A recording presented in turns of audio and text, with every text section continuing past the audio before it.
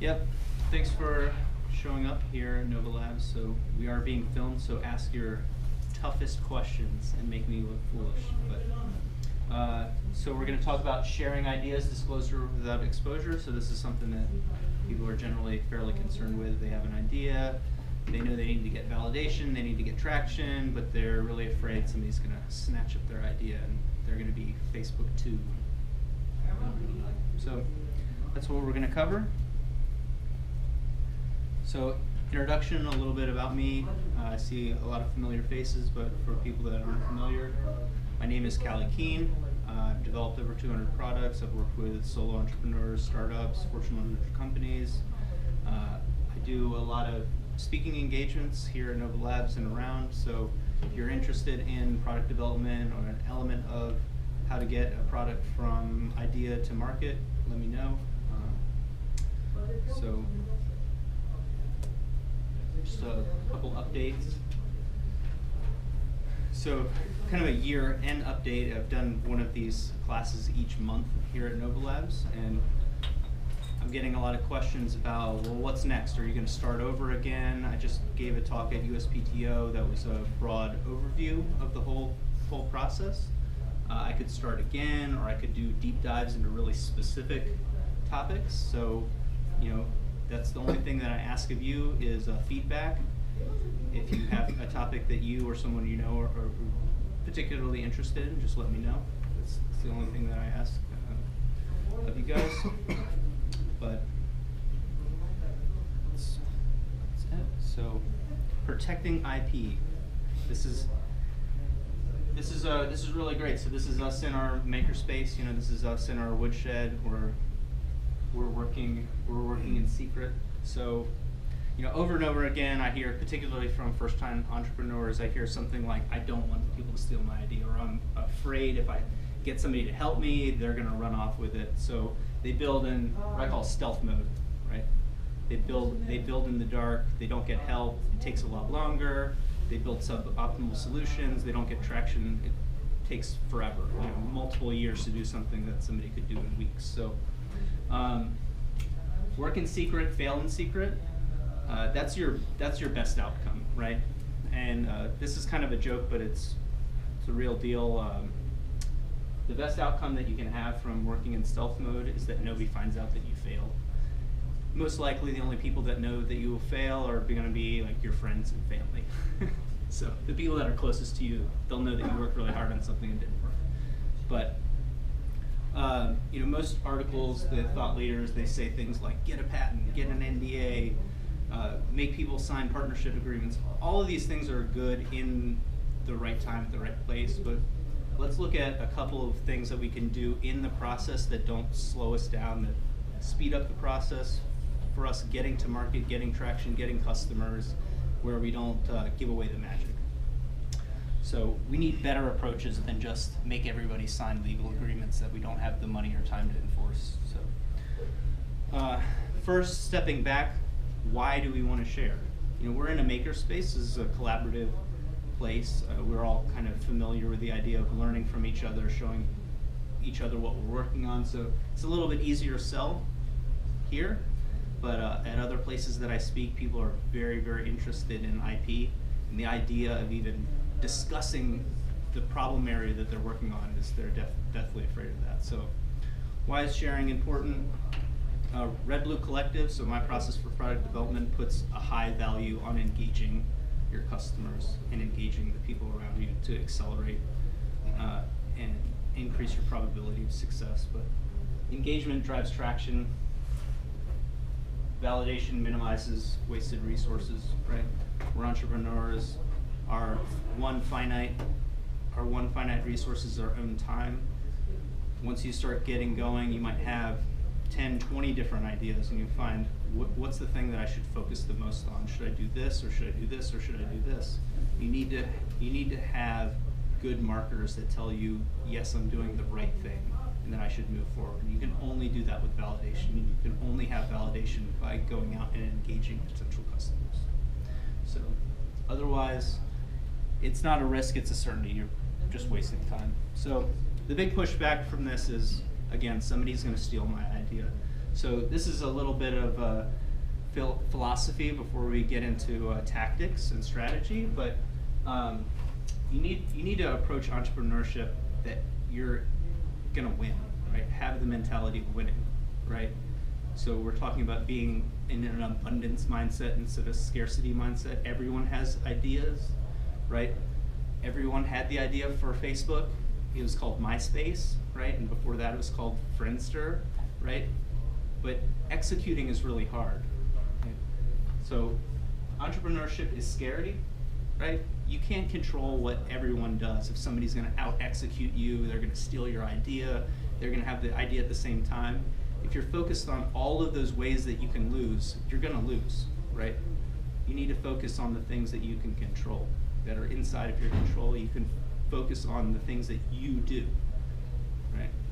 So that's just a little bit of a mindset shift. But I see a lot of people spend 3-4 years developing something that they could have spent 3 or 4 weeks developing because they're so afraid they're gonna lose that by the time they develop their product, they've like lost 10 times. You should have just moved on in the first place. So it's a big mental shift. Okay, so on a broad scale, how do we get traction? How do we get validation from the community around us? We have this beautiful thing called the internet, right? How do we talk about the process of what we're doing without giving away our IP? In the most broad sense is we live in a really fantastic time for entrepreneurs, people inventing products, is people are actually interested in entrepreneurship, right? They're interested in just hearing about the journey of entrepreneurship, of developing a product. Like Mike's always doing something cool. Like he doesn't have to tell me what specifically he's doing, but if I saw a little show of him going to the race shop and I saw cool cars and I saw him sketching, it's interesting. The journey, the process of it is interesting, right? He can build a following around doing stuff without actually saying, this is the secret sauce, this is what I'm doing, right? You can build a following, you can build interest in people that will be interested in your final outcome, right? You can build an audience that you can then later hit up for validation, and we'll talk about more specifics. Like, how do you find people that I'm gonna engage in validation interviews? Well, you start by building an audience, and you can do that by just kind of being yourself at scale, right? So that allows us to be part of the conversation. I know that not everybody is big into social media, but there's probably is a way to do this, right? To talk about what you're doing, whether it's volunteering at a local college or the makerspace, or whether it's Instagram or YouTube or whatever that you like. There's a way to do this at scale to become part of the conversation. And I think that anyone that's successful does some version of this. So, tactic-wise, this is getting very specific into the lean startup methodology, into what you would see in Running Lean, a couple of the books that I'm always trying to foist on people. But validating the challenge first. People will start with an idea and they'll think, how do I get this idea to market? But the first thing is to find, have I even identified a problem or challenge that somebody even cares about, right? So when you go out first to communicate with potential customers, nobody needs to know anything about your product, or even that you even have an idea. In fact, I'll go to another step, is that if you're interested in developing products, it's easier to start with no idea. Because then you can let potential customers actually drive how you apply your skills, your technology to solve their specific problems that they're telling you. And then we can learn how to validate that at scale if there's enough customers for it. But by validating the challenge first, we're just seeking to understand our audience. There's no point in actually mentioning what your idea is. So Hoyer's not here, but I'm going to use his product as a case study. So he's taking a Lean for Makers step through the process of building a lean startup with a hardware product, and he had an adjustable bike seat. So first, he's not going to go to people and say, how do you like my adjustable bike seat? Because then he's showing them his solution, and they're going to be very focused on only what he's showing them, right? What he's going to do is he's going to talk to them about what they value, what their problems are, what are the problems that you've experienced with bike fitting, because they're a professional bike fitter, right? Their comfort or their performance, and see out of those three things, what is the problem that's worth solving? All three of those problems could potentially be solved by his bike seat, but he's not going to say to people, I have a bike seat, what do you think, right? He doesn't have to give away the idea. He doesn't have to prototype his idea. He doesn't have to wait. He could do it immediately. So very fast, very iterative. And from that, he was able to get conversations going with professionals, with people that had the value, and he ended up pivoting his idea completely. But he didn't have to make and spend a bunch of money on a prototype to figure that out. But the worst outcome that you're going to get is you're going to get a more nuanced understanding of your customer, right? You're going to understand the vocabulary that they use, how they describe their problem, the story of their problem. That information is going to inform how you develop your marketing materials, how you develop the features of the product, all of that. So even if you did have an idea, your idea is much more fully formed after you talk to people, because people are who's going to buy your product, right? That's a question. Yeah, absolutely. About, I don't know if Mike is or is not involved in like the biking community, but how did he approach, or how could he approach them for feedback? Yeah, so that's a fantastic question. So he'd have multiple different opportunities to do it. They do bike fitting sessions at local bike shops. So you could sit in and he could say, when are you doing your next, bike fitting seminar? Can I sit in and ask people questions? He ended up going and just sitting on the WOND and trail and passing out, like, here's some granola. You can have a piece of granola if you can answer these questions, and I can chat with you for 5 minutes. So tactic-wise, go to where they are at scale and just talk to them. Again, the worst outcome that you're going to get is a lot of communication experience with your customer and understanding them a little bit better. And you kind of have to give yourself the opportunity to be bad at it, right? But that you're going to know where you can approach people, and that way when you have the product, you're going to know, okay, this is where they are. There's a biking club, and I could just go talk to 100 people all at once. Or there's a race, I can go volunteer at this race, and I can have a little booth, and they'll be like, hey, you're the guy that was like, handing out energy gel shots earlier. And you're like, yeah, I am. Can I ask you some questions? And like, be known, right? Be known that you're in the space. And I think the worst thing to do is to call people on the phone and try to ask them questions, right? Being face to face and actually talking to them, you just build up that skill, which quite honestly, especially for technical people, you just don't have that. But I don't think anybody would have that with their first idea. Is like, I'm gonna just shove myself out here and talk to people. So go to where they are, try to add value, offer them some carbohydrates.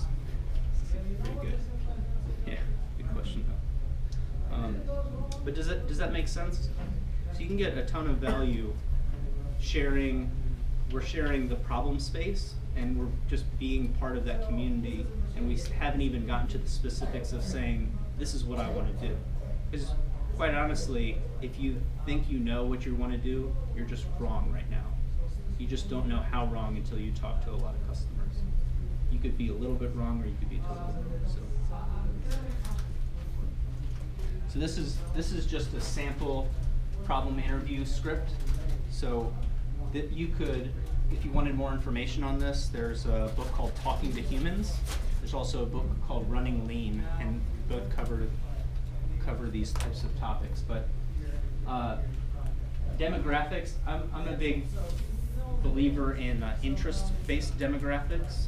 They're going to help with social reach and targeting later. But what's really important is telling the story to reduce the problem space, that we're saying when this happens, can you describe this situation, this problem? And knowing whether your story resonates with the potential people, this is something that you're actually validating, right? Because your user story, from the Agile perspective, is what's going to drive your features. It's also what's going to drive your marketing materials. It's going to drive everything, right? But asking them about their problems, I like to reduce this down to its most bare bones and ask people, well, what's the greatest obstacle that you ever have while doing this thing, right? Like so you say, describe an experience where the fit of your bike seat made you lose a race, or injured you, or reduce it down. What we're doing is we're trying to figure out how to ask good questions. We'll talk about that a little bit more, but initially you're not even going to know good questions to ask people or how to ask the questions. So getting good at that skill, it's something that we can do for free, and we're talking about our idea, but not actually giving away any IP, right? And so that's really important. But I ask people, what's your greatest challenge? What have you tried in the past? Those two questions. So if they've tried something in the past and it cost X, I'm validating the value of the problem. So this is something very easy, very simple to do. Go talk to 100 people, right? And it's easy, but it'll be a big challenge, right? How do you reach these people? How do you ask them good questions? How do you turn this from a fluid conversation into something that you can actually analyze later, right?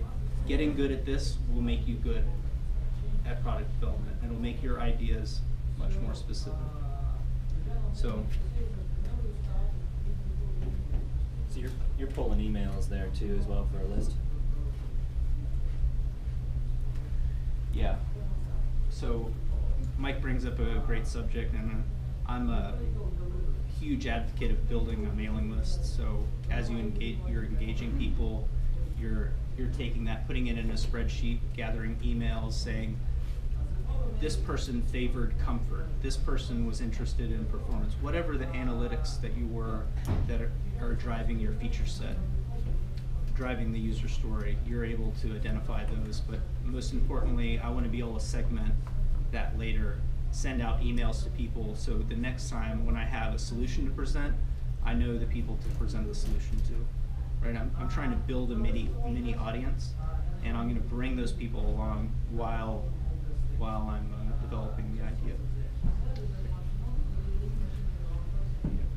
So here's where we're going to get into more specific tactics. Now, I specialize in physical goods, right? And the problem with hardware products is that, in general, they're very difficult to demonstrate without them in an MVP format, right? Software, I could make slides, I could make pictures, I could run through UI UX prototypes, I could have some fake data, and I can hide things behind an algorithm that's server side, and it'd be hard to steal, right? But with a physical good, I can't show like half a shoe, right? It doesn't work, right?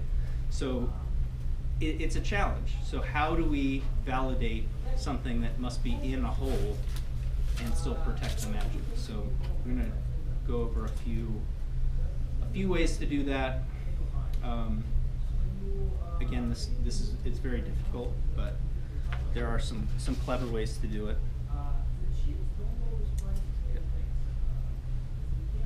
So the first thing, this is a shocker for technical people, is that the magic of your product, the technical, the cool part of it, nobody cares.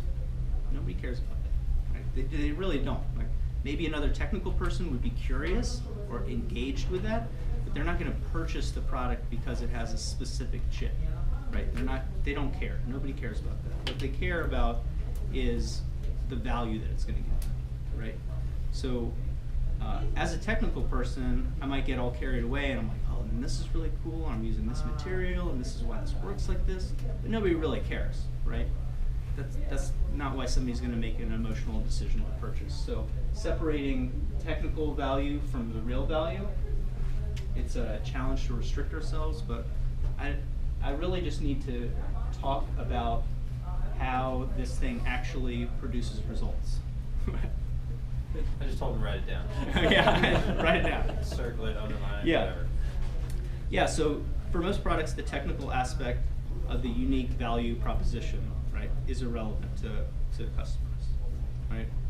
So we want to talk about, oh, it uses this FPGA, and it does this thing, and this is how the Peltier works in it, and this is. We don't care. We don't care. Nobody cares, right? It's like, does it make a phone call? You know, I don't need to say how an iPhone works. I just need to show it working, right? And once you realize that, it's a lot easier to demonstrate a hardware product because I only have to show the value of it. I don't have to show it itself, and that opens us up for a whole other world of tactics, right? But so in Mike's, in Mike Hoyer's, He circled it and underlined it. That's funny. Hey, this is gonna go on YouTube, right? So now Has to be you're perfect. Yeah, it has to be But perfect. he's not going to listen to your presentation again. He may read his notes. Yeah. That's not true, I'll listen to it. So like for his bicycle seat, nobody really cares that it has 10 axis of adjustability, right? That's like a feature that you'd have on the box. What they care about is that it increases performance by 5%, right? And can you demonstrate that it does that, right? Or that I have this, 100-point inspection system. It's like nobody cares. Is my car, is it going to run better? Are you guaranteeing this? What is the result? People care about the result much more than they care about, like, okay, list every one of those inspection points, and I'm going to see, like, I think some of those are redundant. I'm going to talk to you about that forever, right? That person's not a customer. Yeah. So the value for him is a more comfortable ride, higher performance. It's something that you need to discover, and you need to be able to put your product in the terms that your customer actually values, right? So again, this is us learning skills about how to talk about our idea and think about the technology that we're trying to use in terms of the customer. So while we're developing our ideas, we're not wasting time on a bunch of things that nobody cares about, right? So we're being lean. Okay? But here's a little catchphrase. Technology is not the value, it's the vehicle. Technology is how we get there, it's not where we're going, right? So I always pick on drones because so many people do this. They're like, what product are you making? I'm making a drone. It's like, but why? Like, why does a customer want it? What is it gonna do? What is differentiating about it? Why would somebody buy it? What's the value of it? What's different than the other 10 products? And really, you find out that in literal form, it's just a vehicle. Like it's irrelevant, right? The actual function of what it does is important. So,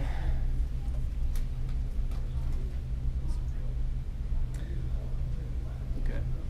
So, a tactic that I use to do this with physical goods is I keep it highly theoretical, right? So, instead of even making a prototype, I'm able to make a sales sheet, right? I'm able to talk about the hypothetical of solving the problem. So in the terms of the bicycle seat, I could say, if I had a seat that produced 25% more average power over the course of your race, would you purchase it for $1,000? Like, for sure. For sure they would. Great. So it's a completely hypothetical statement. I don't have to say why I'm doing that or how it works or anything about it, right? You can extend that with small mock-ups. You could extend that with sales sheets or just asking questions about the product. But again, there's no point in at this juncture, at this part of the stage, actually talking about how we're doing something. And this is the biggest takeaway that I want you to have tonight, is that as inventors, entrepreneurs, engineers, we're obsessed with the actual product, the how, but customers aren't, right? So they're obsessed with the value that they're getting, right? So change that mind shift over to what the customer cares about and not what we care about.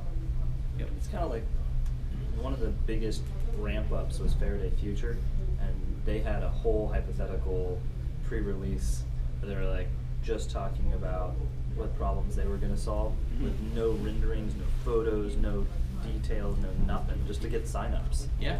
And it was popular. I mean, they're still in that they've started to show stuff, but Yeah. for like 6 months, it was nothing. It was just black screens with text. You know, I'm huge on having the landing page and just saying we're solving problems around this.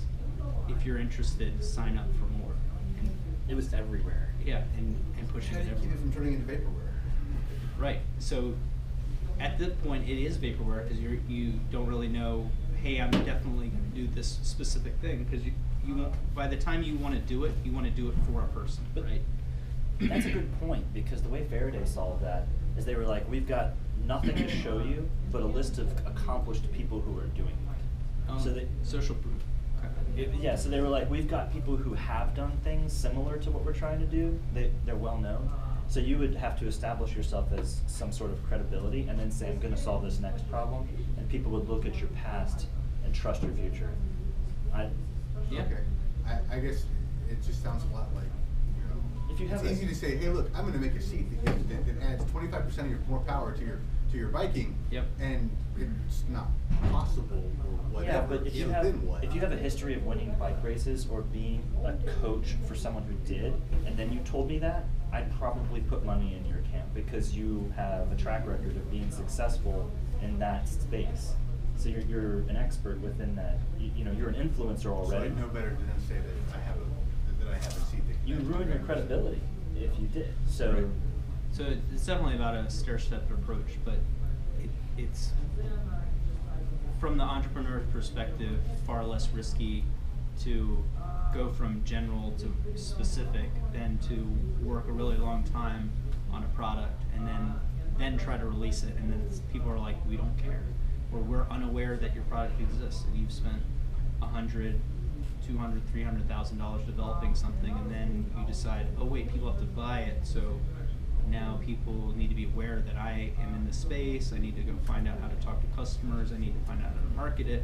I'm like, that's the hardest part. So let's just do that in the very beginning, and then we'll, based on our traction, we're going to move towards something that can sell.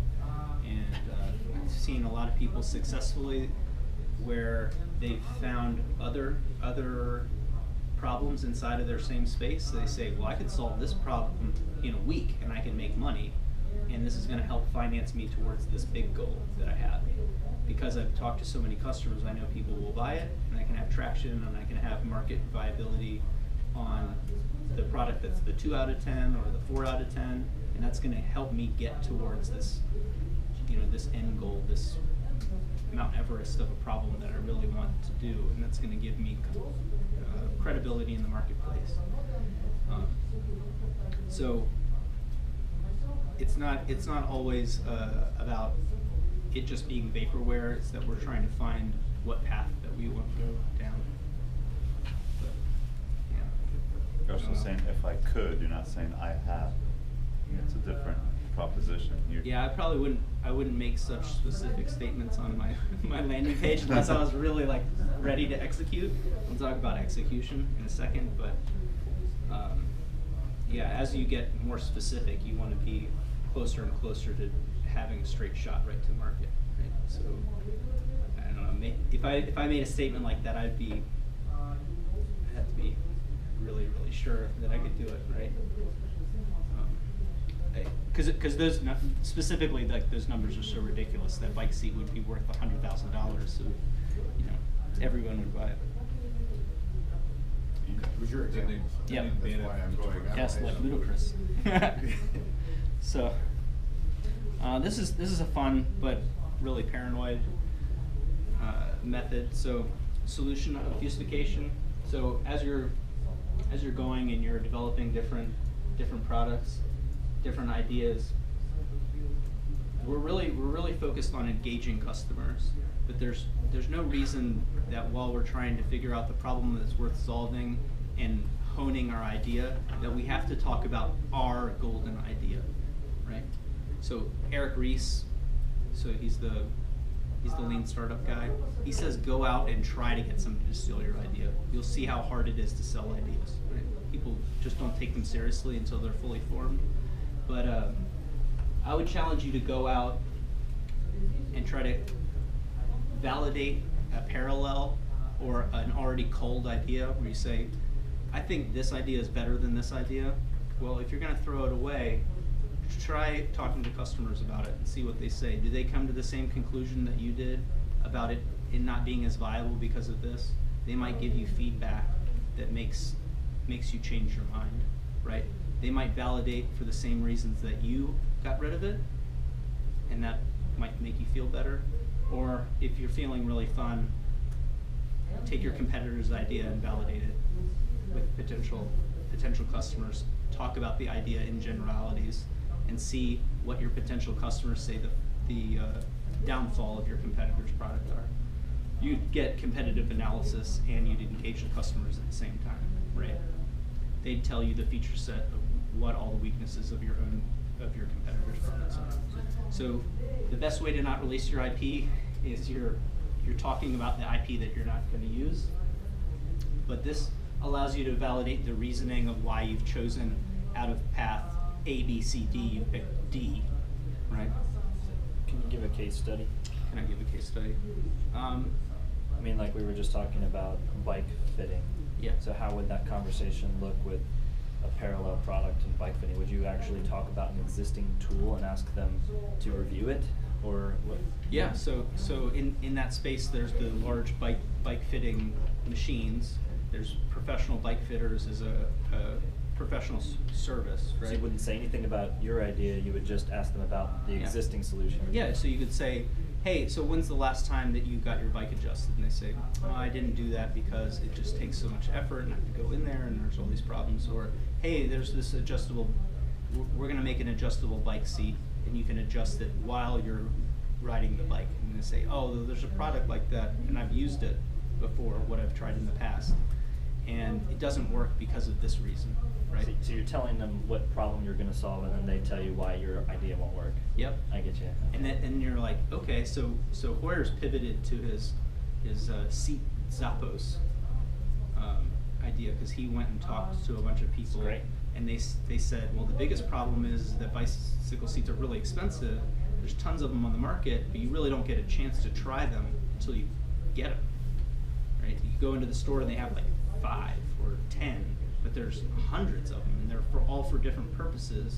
And it's really hard to gauge if you say, I want the most comfortable one. There's like 3 to pick from, but they're not the 3 best ones. They're just like the 3 ones in the store. So by talking to people about the idea that he already didn't want to do, which was the adjustable bike seat, they told him all the problems, which are they just wanted to be able to pick the bike seat that works for them, get a couple of them, try them, and then return the one that doesn't work. And so he had a totally different idea, but he got to that by using the idea that he was already willing to throw away. So I really like that technique. You just have to be very wary that since you're being indirect, you're not getting direct validation. You still will need to validate your solution, but you're getting a solution set with real customers giving you real feedback. People like it when you take their advice and then you give them back to them. You're defining the problem. Yeah, because you're showing understanding, you're showing, you're showing that you're listening, so it's a two-way street. But yeah, this is a really odd tactic, but I think when you approach from the tribe process that we use with Red Blue Collective, when you look at a group of people and all the problems that they have, or all of the issues that they have around a certain problem set, you get so many ideas of so many different things that you'll solve that this is pretty easy to look at competitive ideas because you understand the space very easily.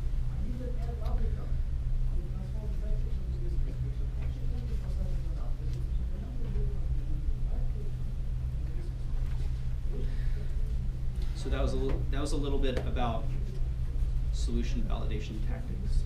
So, does anybody have any other questions about solution validation? What if you have a product and you don't have any similar product like that on the market? How do you go about talking about, like you said, we should use, for example, a competitor's product? Mm-hmm. What if there is no clear competitor having a similar product on the market? How do you go about talking about it without letting people know? There's always an analog to every product. The human mind is like remarkably creative, but also unoriginal, right? We coalesce ideas from experience and combine them to make something new. So it's if you can't describe it with language as saying it's this but that, yeah, you're solving some problem, and there's definitely somebody else that has that in the market. It might be in the scale that you're trying to solve it. It might be smaller, so reference to a car. It might be a skateboard or a scooter. It might not be as complex as a car, but it definitely exists. So it just look for an analog, right? Look for something that is similar. There's definitely always something that's similar. Yeah. There's new things all the time, but we only consider something new as with a reference to something else, right? So that's just how the human brain works. It doesn't create like a point in space with no connections to something else. It can only make an inference based on its relative to another idea. But,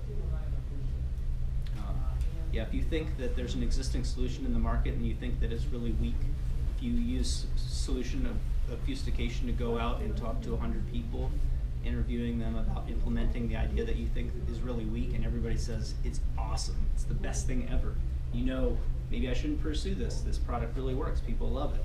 Maybe I could improve it, or I could market it to a different group of people because it really works. But most likely, people will be unaware. It'll be very difficult to find the people to talk to, and not everyone will be satisfied with the people that do use it. And you will come up with a better idea, a more robust idea from talking to people, regardless. So it's again going back to my tenet of you don't need an idea to start developing a product. What you need is a group of people that you really want to solve a problem for.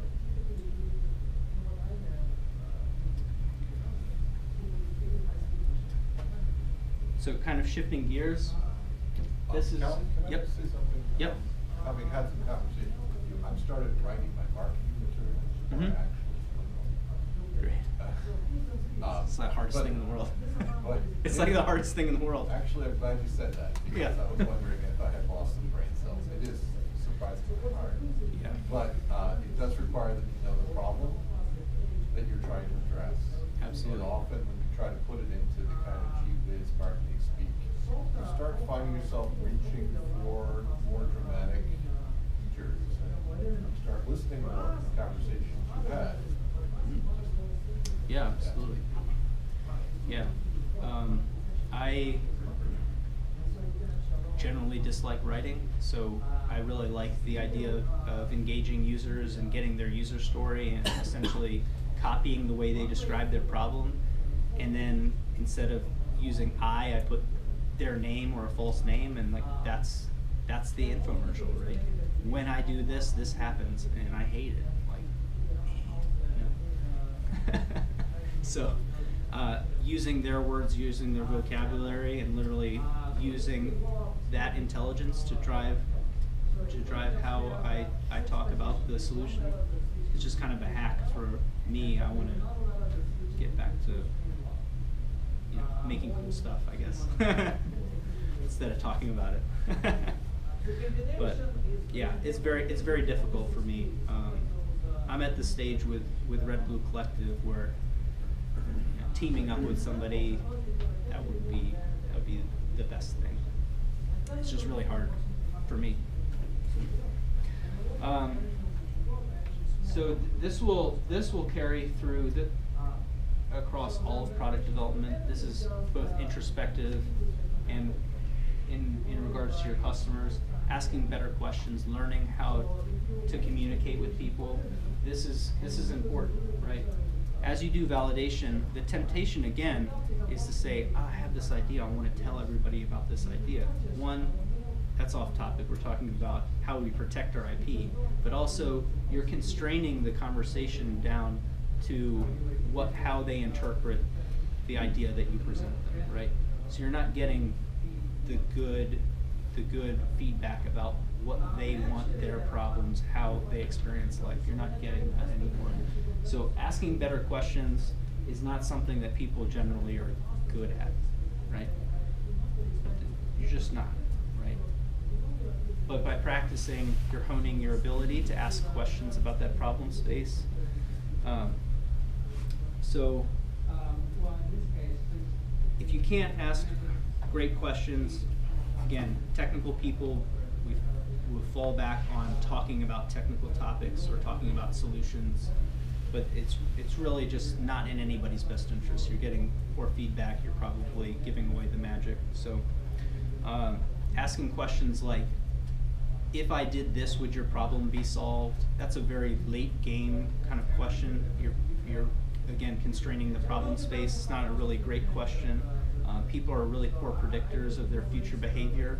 So if they say, yeah, that sounds nice, I would be a customer, it's probably not true unless they actually hand over their credit card right then. So there's a lot of good literature on this and a lot of books on product development or startup. In doing conversations with customers, there's ways to structure the question to say, yeah, if you would buy it, would they prepay? Would they pay you to develop it? Those are scales of their levels of interest in actually legitimately, are you solving their problem, right? So it seems to entrepreneurs like that would never happen if you ask for a buy, like who would give me money for something that doesn't exist? But it happens all the time. I do it at work. People pay money for something that doesn't exist. They pay us to develop it, they pay us to prototype it, and they buy the product. Why? Like, why do they do it? Because I asked. But you can do it. Big companies do it all the time. Write a proposal, say this is what we could do. They get paid to do it. There's no reason why a solo entrepreneur can't do it, right? Especially if the problem that you're solving is alluring enough. Somebody will pay you money to solve that problem. That goes back to, I think, especially this one has performance though. Has Sure. performance that they play on. Yeah, absolutely. Yep. So playing to your strengths is a good benefit to that. So if we're using our tribes approach and we're looking at something that we have operational excellence in, something that we're can be known for, or a community that we are known in or know about, we can get closer to that goal much more quickly through this process as we're talking to people about their problems and we're being known in the space and we're getting more specific about the solution and it's resonating with people. Our percentage chance of that happening is increasing, right? From none to hopefully some. It's certainly more possible in like a B2B space. You know, business problems much easier to convince somebody to pay you money up front if you're solving a problem that has a monetary value associated with it. But it certainly happens in consumer markets, Kickstarter. So if somebody likes your product enough, they'll buy it and know that they're not going to get it for a year because they saw an internet video for it. So there's good examples, but yeah, being able to convey trust is important.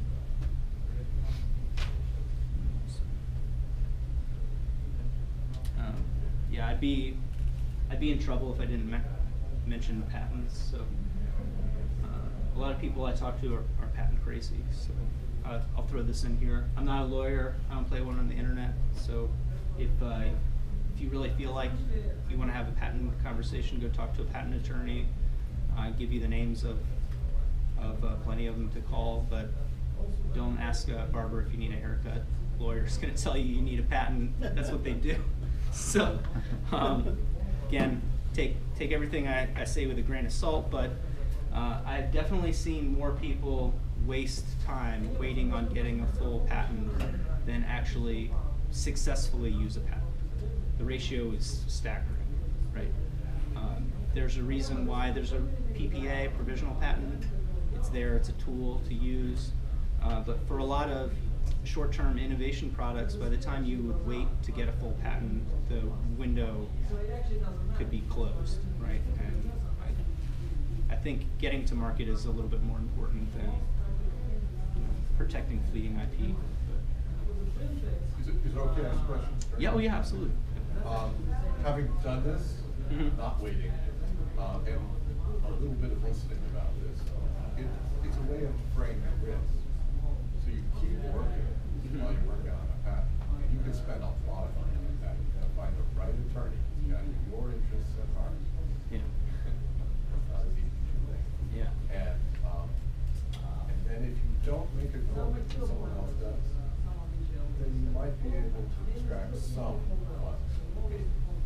It's not going to really protect your market, Right. unless you somehow hit the golden goose. The golden It's so patent. unlikely. It's very unlikely. For me, it falls back to that kind of focusing on losing versus focusing on winning scenario. There's a reason that the provisional patent exists.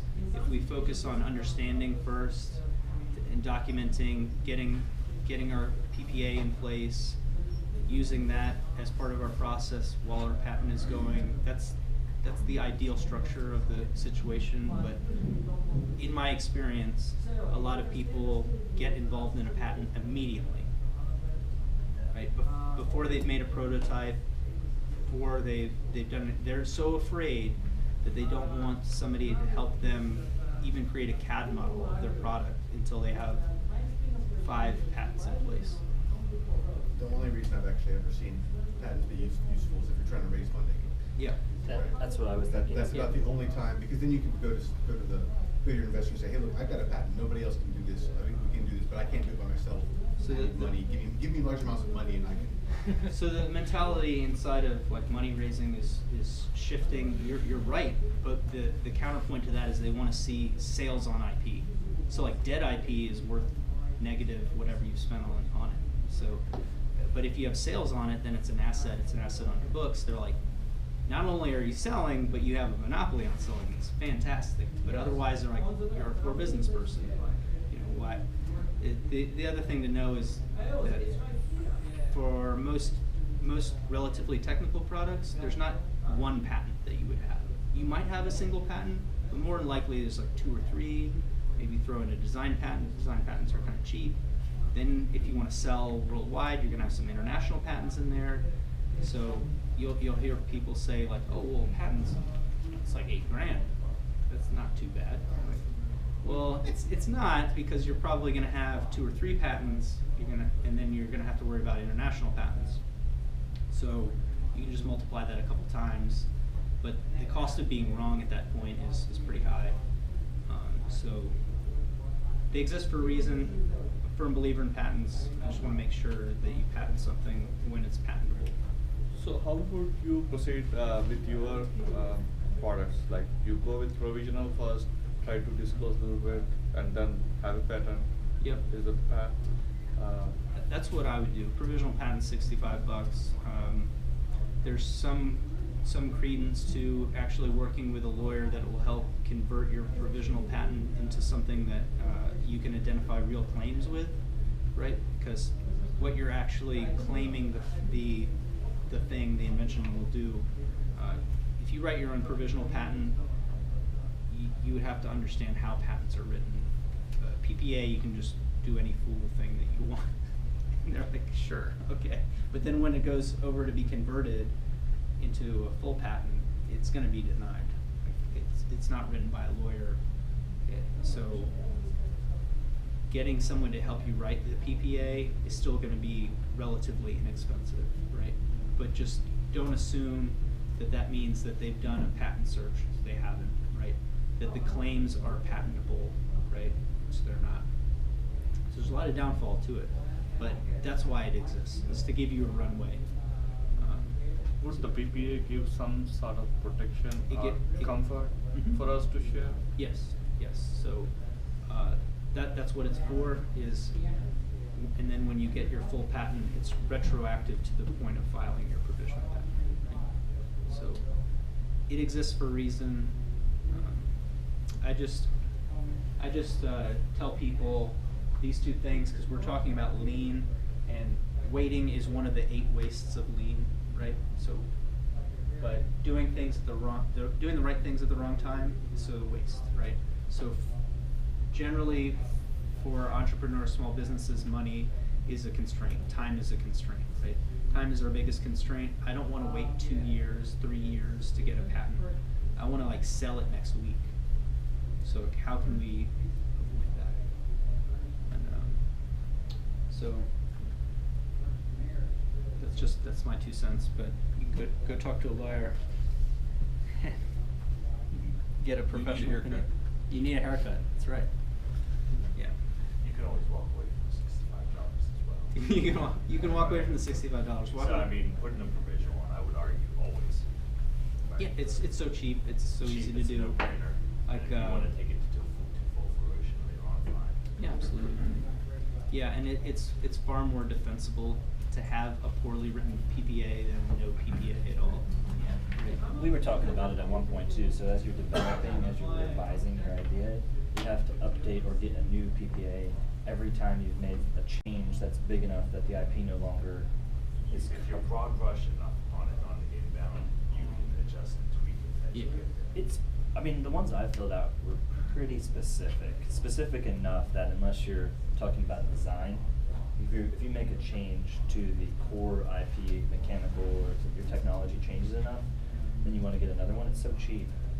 It is, but if you go higher level, what's nice about higher level is you're doing a lot more coverage. And then when you get down to the patent portion of it, if they deny you, if you are going in, you're tweaking a little bit, you're adjusting your claims a little bit, that's fine. But if they deny you, then what ends up happening is you can work with the individual that denied you, and if you want to pull in a lawyer, and they'll coincide and coincide with you. The patent office is actually very flexible. They're really trying to work with you if you're an individual. If you're a company, sure, they want to have a lawyer or something like that, but if you're an individual, they're looking for more inventors. Yeah. But as going through that step 4, where I was turned down once for being too broad, you know, when you do finally go through your patent, you know, for me at least, it was another $2,500 every time we every revision, every time we resubmit. Depending on the lawyer. So you go too broad, yeah, obviously depending on the lawyer, but you know, we all want it to be as broad as possible so we can claim anybody's stepping on our toes. But you know, so they do want you to. They do, but like the guy, I don't know the guy's name on the end here, but he made a good point. I mean, from the perspective of the lawyer, you gotta find something that's in the court. You Sure. gotta find a guy or gal that basically is doing something or understands something with your technology and can drive to tweak that patent based on patent searches or feedback from the denied. Sure. Yep.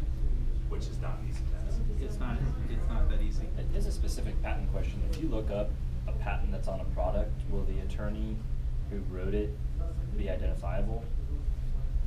Like, can you hack it that way? Can you like find a patent on a similar product to the one you're making? That's a really good question. I don't think so. Good question. I don't know. I don't think so. I did not see it.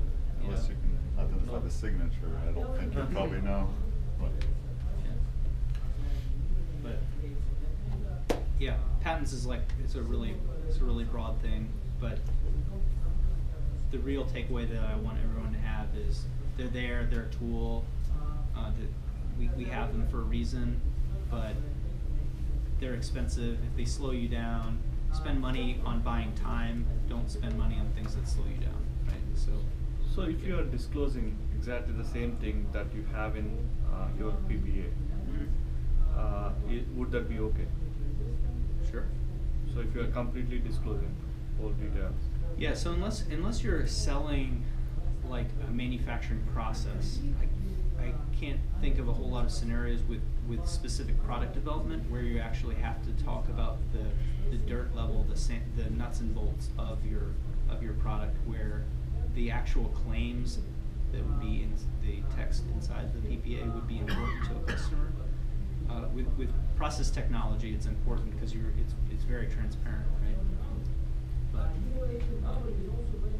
yeah, most full stack hardware products, you're not going to tell people why the firmware works a certain way or how the data is stored or processed online, right? Except for in very general terms, right?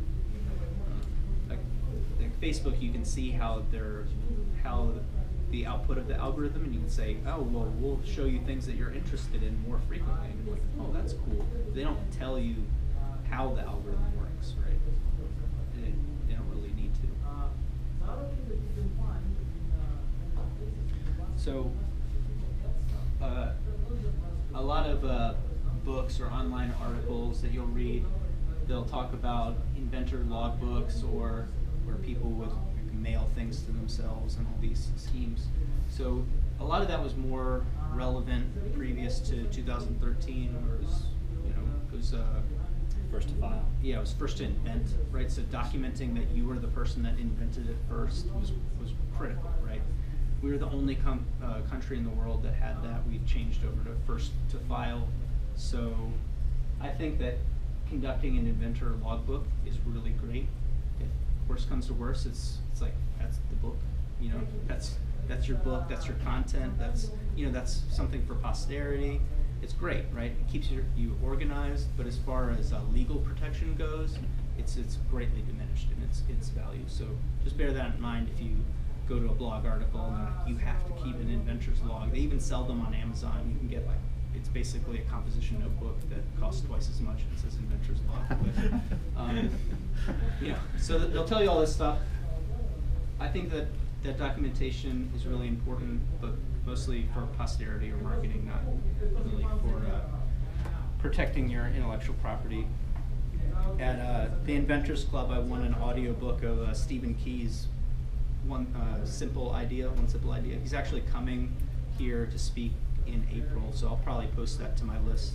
So he's like the king of licensing. I can tell you some cool stories about him, but really, really cool guy. If you have ideas and you don't really want to go to manufacturing, you just want to capitalize on those ideas, he's written a lot of good content about that.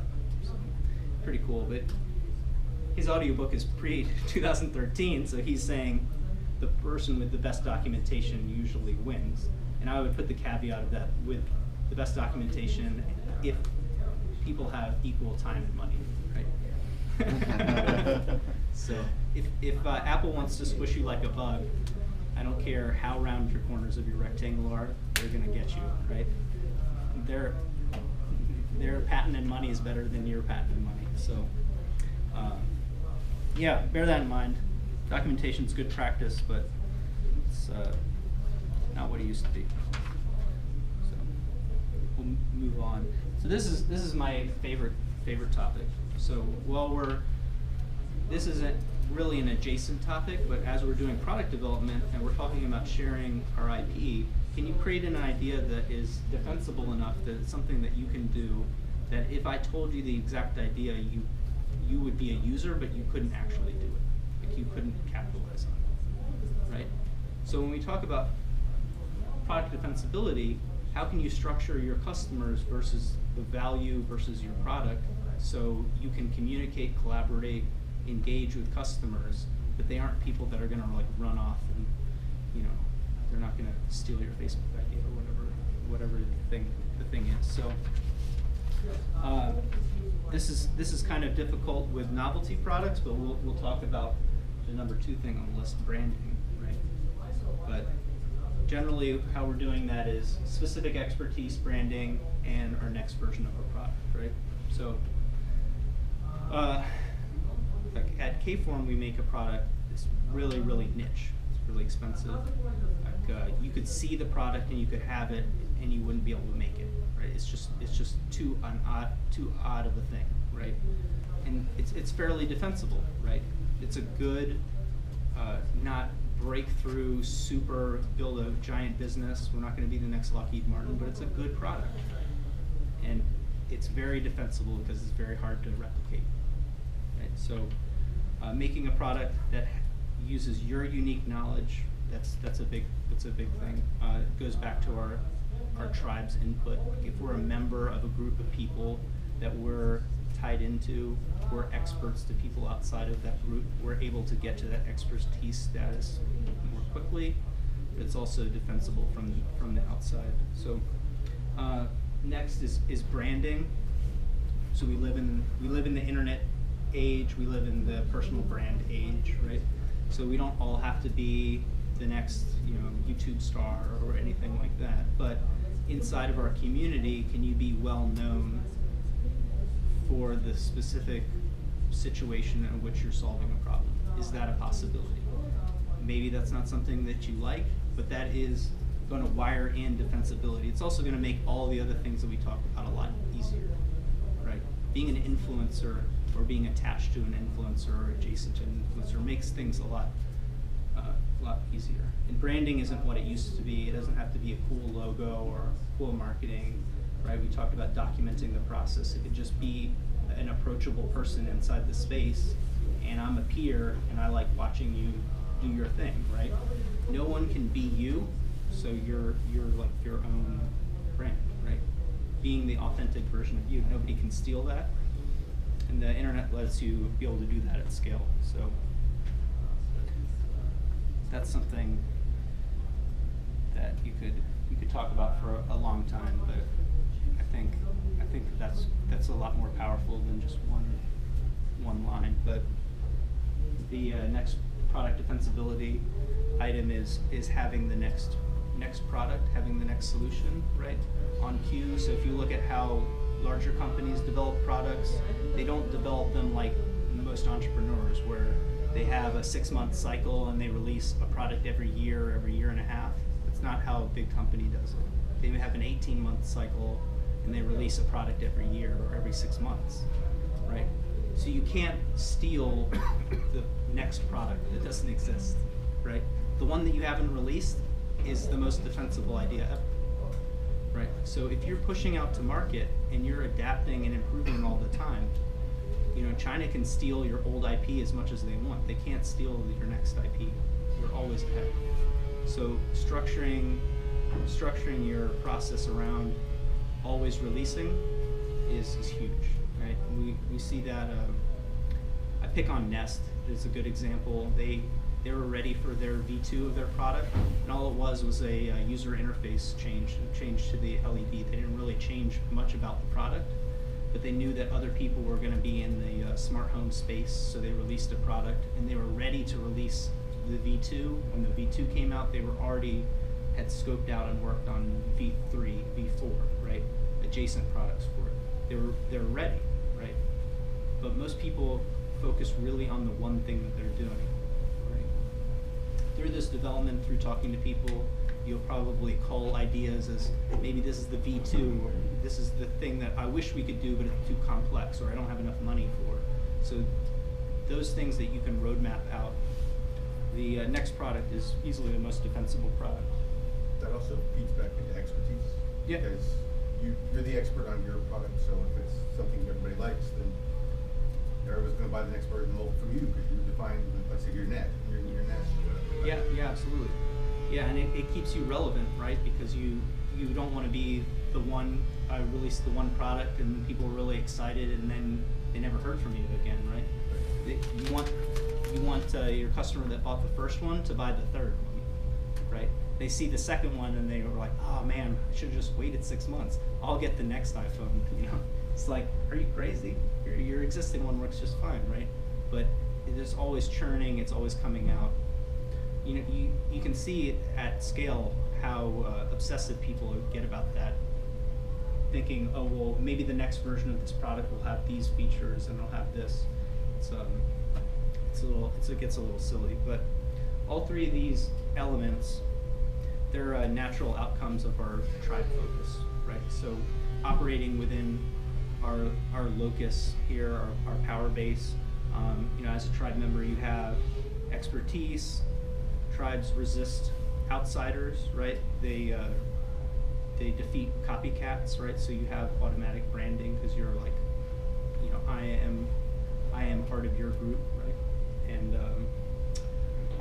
so tribes also engage us in the conversation, and they're interested in the next product, right? They're interested in continuing doing business. So.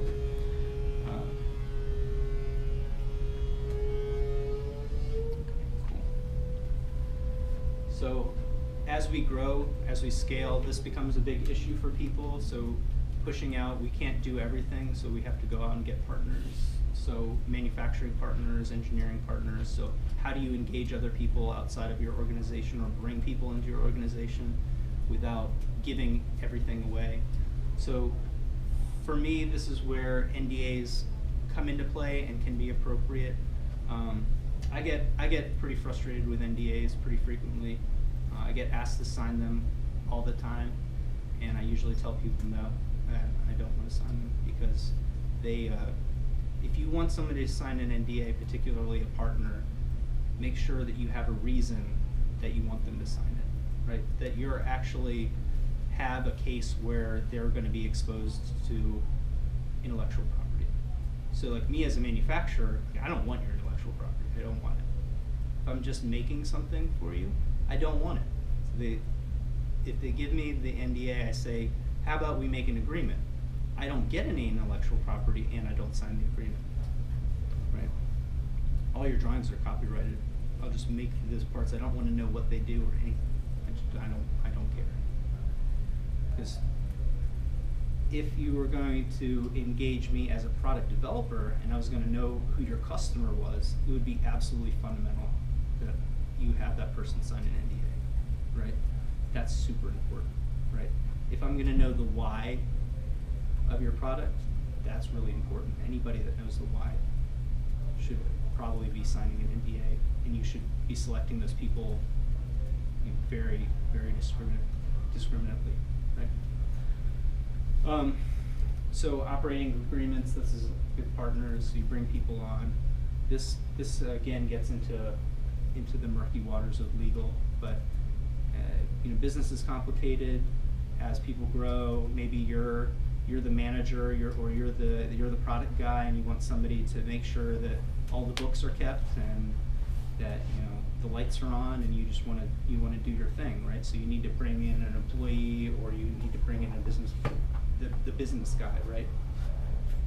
So there are specific whole schools of different agreements that involve giving away equity, giving away and who owns what, right? It gets really complicated. Say you've worked on your product for 2 years, and then you bring in the NBA guy to help you run your business, and then a year later he says, I'm out of here, I want my money, and I own 20% of your product, because you didn't have an operating agreement in place. So there's a lot at play here. So make sure you look at that and understand that. But again, that's a lawyer thing. So as we engage partners, you have the ability to break up projects, right? So we'll get projects where we only understand a piece or a subsystem of the project. One, just because of its application, or just because the customer's trying to protect IP.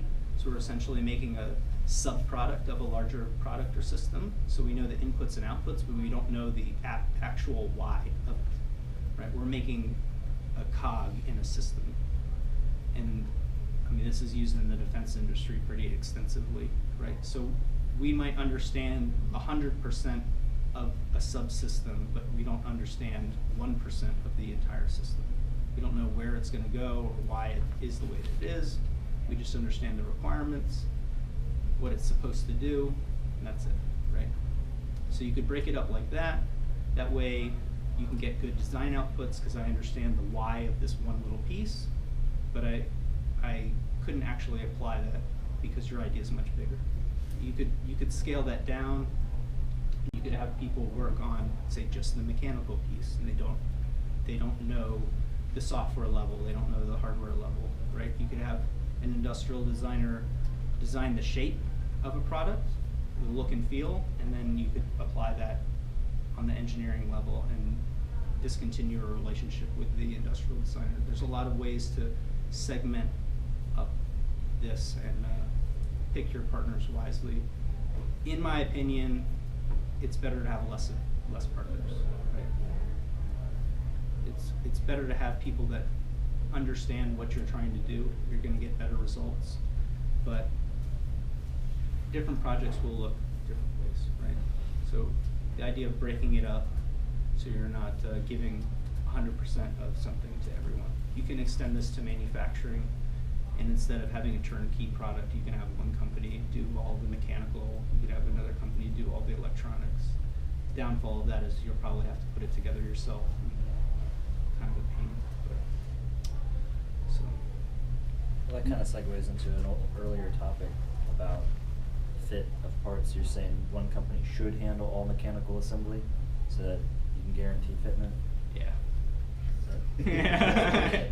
Yeah, so that's like. Isn't a millimeter a millimeter? Sorry. Yeah. No. So that's like the eternal question. We say, like, does the cover fit the box, right? This is. But I mean, by segmenting, you can't segment critical fit. Right. So. Yeah, because that's a requirement, right? So you would be splitting up a requirement that the integration of it is the So like actual the box and the lid must be made by one. It would be preferable. Yeah. Yeah. Unless you want to take on that responsibility, and then.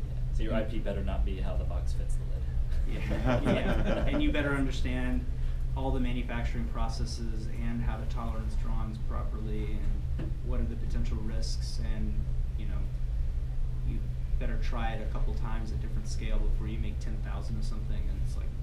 Yeah. Get those first articles. Yeah. Yeah. So by having a partner work in that one process, you're eliminating a lot of the risk and a lot of the work. But I mean, people do crazy things. Do anything you want. It's just you're assuming a lot more risk that way. Yeah.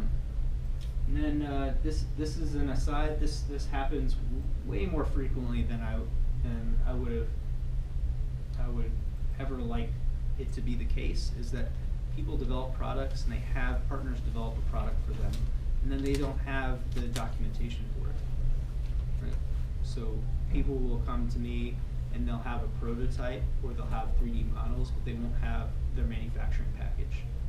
And they'll say, "Oh, well, we used to work with this guy, but then he wanted $20,000, or he wanted 10% in my company because he felt like he designed it, and he doesn't want to give me this information." I'm like, man, you should always have that information. You know, why would you let that happen? So you have to be like a hawk about your stuff. This is really hard with software, but I mean, you definitely need to make sure that you could build your product from what you have all the time, right? So if that means that you're managing the repository of the documentation and people are uploading it, if that means that you're sourcing and cutting the checks for prototyping the thing, and you're making yourself the physical barrier that's preventing that from happening. So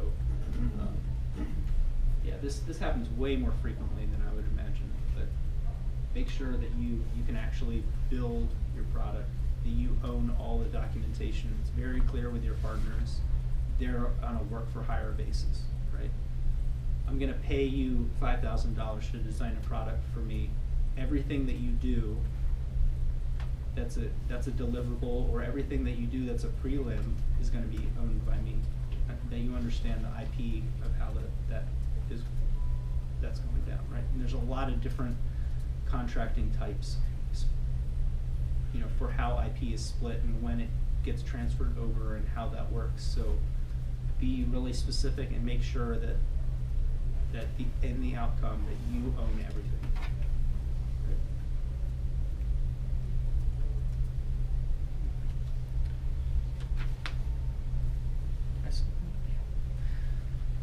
Okay, so just last note, execution. You know, you probably heard it around. You've heard it from me. You know, ideas worthless, execution is everything. I heard a really funny analogy to this. Is the guy says, you know, writing a script, being friends with Matt Damon, being really handsome, dating models, and starring in movies. You know, being Ben Affleck, it's a really good idea. Now go do it. You know, the idea of something, this dream of something, it's not really worth a whole lot. it's all about execution. So we hear this a lot, but it really is the speed and quality of execution, right? So even things that you execute well on, like let's take the fidget cube. I'm going to pick on these guys for a minute. So $6 million Kickstarter, did a fantastic job on their video, raised a ton of money, but they weren't delivering until late this month and to as late as March. You can go down to like 7-Eleven and buy one now. There are already knockoffs, right? Because the speed of their execution was ridiculously slow. They made a product that, if you were in Shenzhen, you could make in 2 weeks. They made $6 million, and it's like 20 different companies in China had the same idea. It's like, let's just make these and sell them in the U.S. These guys are going to take 3 months. Watch the same YouTube video. Yeah. I mean, By the time their Kickstarter closed, they were already like in the dollar store. But right. I mean, from what we learned, didn't they get their money though? Yeah, I mean they got their money, What if right? everybody asked for a refund and buys them? Yeah, that's the problem, It's right? like, because you could literally buy the one. They could buy the ones that were knockoffs and sell them and still make money at the prices that they charge. Exactly. Ooh, that would be brutal. Yeah. So theirs is like it was like $20, $15. You can get them for $5. You can get them for $5. Yeah. Probably less now. So now that's a novelty product. It's a simple product. It's really high visibility. So they made themselves this excellent target. So it's not defensible, right? It doesn't appeal to a specific group of people. But they made a lot of money. I mean, if I made something that was $6.5 million, it's got to be 80% margin product.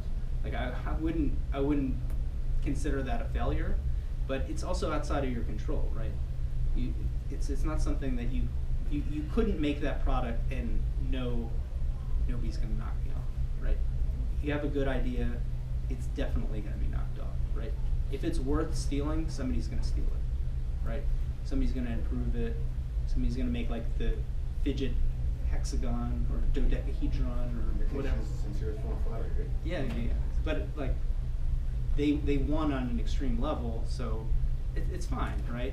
But just know that on even on a technical product basis, this is going to happen to everyone. So knowing the speed and quality of your execution, when we actually start talking and actually releasing our IP, that we're like a coiled spring. We're like, boom, our method of execution is known. Like we have suppliers, we have partners in place, we have the knowledge in place. We know how to do what we're telling people that we're going to do.